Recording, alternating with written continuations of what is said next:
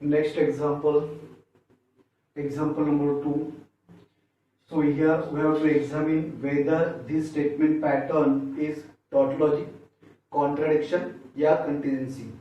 तो यहाँ पे हमें ये स्टेटमेंट पैटर्न टॉटोलॉजी है, कंटीजेंसी है या फिर कॉन्ट्रडिक्शन है, ये हमें चेक करना है, एग्जामिन करना है. तो इसे एग्जामिन करने के लिए हम कैसे करेंगे इसको एग्जामिन. तो first of all to examine whether this statement pattern is tautology, contradiction or contingency, we have to construct the truth table, and from that truth table we conclude that whether this statement pattern is contradiction, tautology or contingency. तो सबसे पहले हम इसका truth table construct करेंगे. तो solution truth table of bracket negation P and negation Q bracket square bracket or Q. So here only two statement are used. यहाँ पे सिर्फ दो स्टेटमेंट का यूज हुआ है, एक स्टेटमेंट P और दूसरा statement Q. So column number 1 statement P, column number 2 statement Q. Then अब यहाँ पे P हो गया, Q हो गया, negation of P. So column number 3 negation of P. Then column number 4 negation of Q. Then column number 5 negation of P and negation of Q. This complete bracket negation of P and negation of Q. Now column number 6. column number 6 क्या है? negation of this. column number 5. So negation of 5 gives the column number 6. So negation of bracket negation of P and negation of Q. ये हो गया. Now this complete statement pattern, ये square bracket negation bracket negation P and negation of Q bracket close square bracket close or Q. This is column number 7. Now अब यहाँ पे दो statement है, तो पॉसिबल ट्रूथ वैल्यू कितने होंगे? 4. सो sequence कैसे होगा? 2 ट्रू एंड 2 फॉल्स, 2 ट्रू और 2 फॉल्स. अब यहाँ पे Q का सीक्वेंस कैसे होगा पॉसिबल ट्रूथ वैल्यू का? T F T F, ये हो गया. अब negation of P column number 3. तो नेगेशन ऑफ P में क्या होता है? यदि दिया गया स्टेटमेंट ट्रू है तो उसका नेगेशन फॉल्स होता है. So statement P is true, so negation of P is false.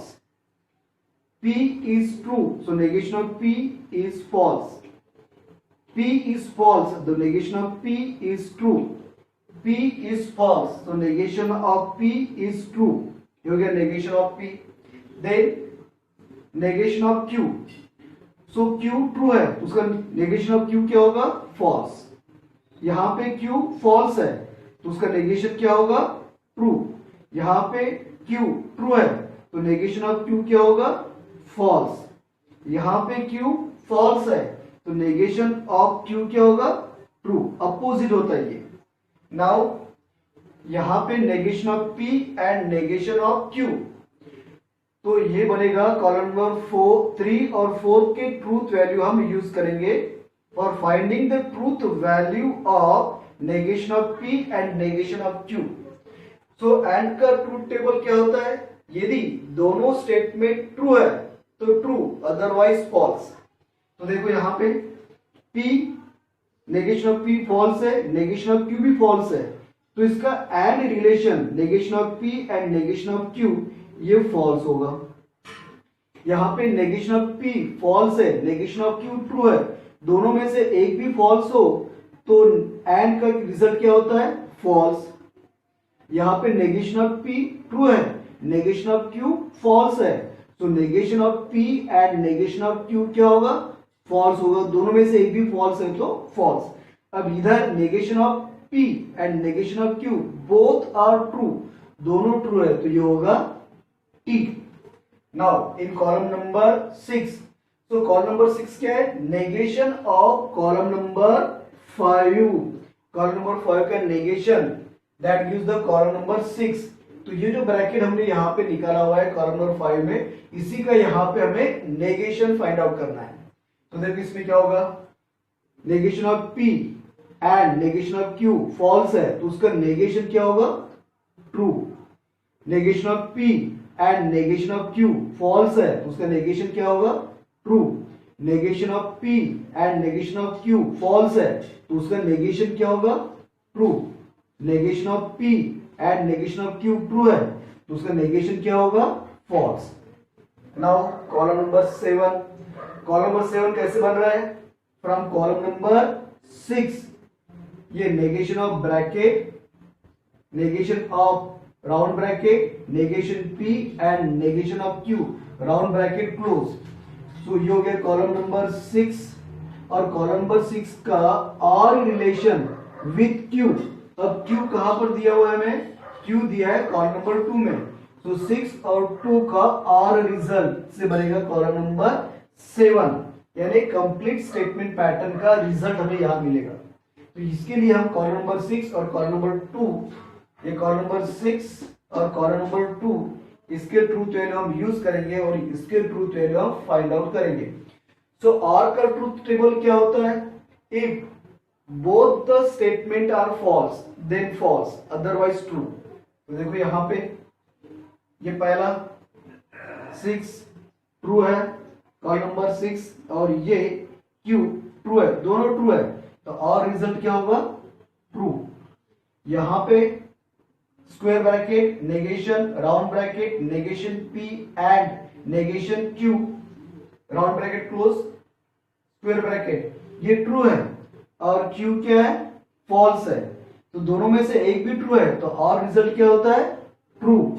यहां पे ये square bracket, negation in bracket, round bracket, negation and negation of Q round bracket close, ये ट्रू है और Q भी क्या है? ट्रू है, दोनों ट्रू है तो इसका और रिजल्ट क्या होगा? ट्रू। दोनों ट्रू है तो और रिजल्ट ट्रू होता है। अब यहां पे देखो negation, round bracket, negation, round bracket, negation of P and negation of Q, ये फॉल्स है और Q क्या दिया है? फॉल्स। दोनों फॉल्स है, ये दोनों का और रिजल्ट क्या होता है? दोनों फॉल्स है तो फॉल्स। तो ये होगी truth value of this statement pattern. Now from this truth value of this statement pattern, we find whether this statement pattern is tautology, contradiction या contingency. So from truth value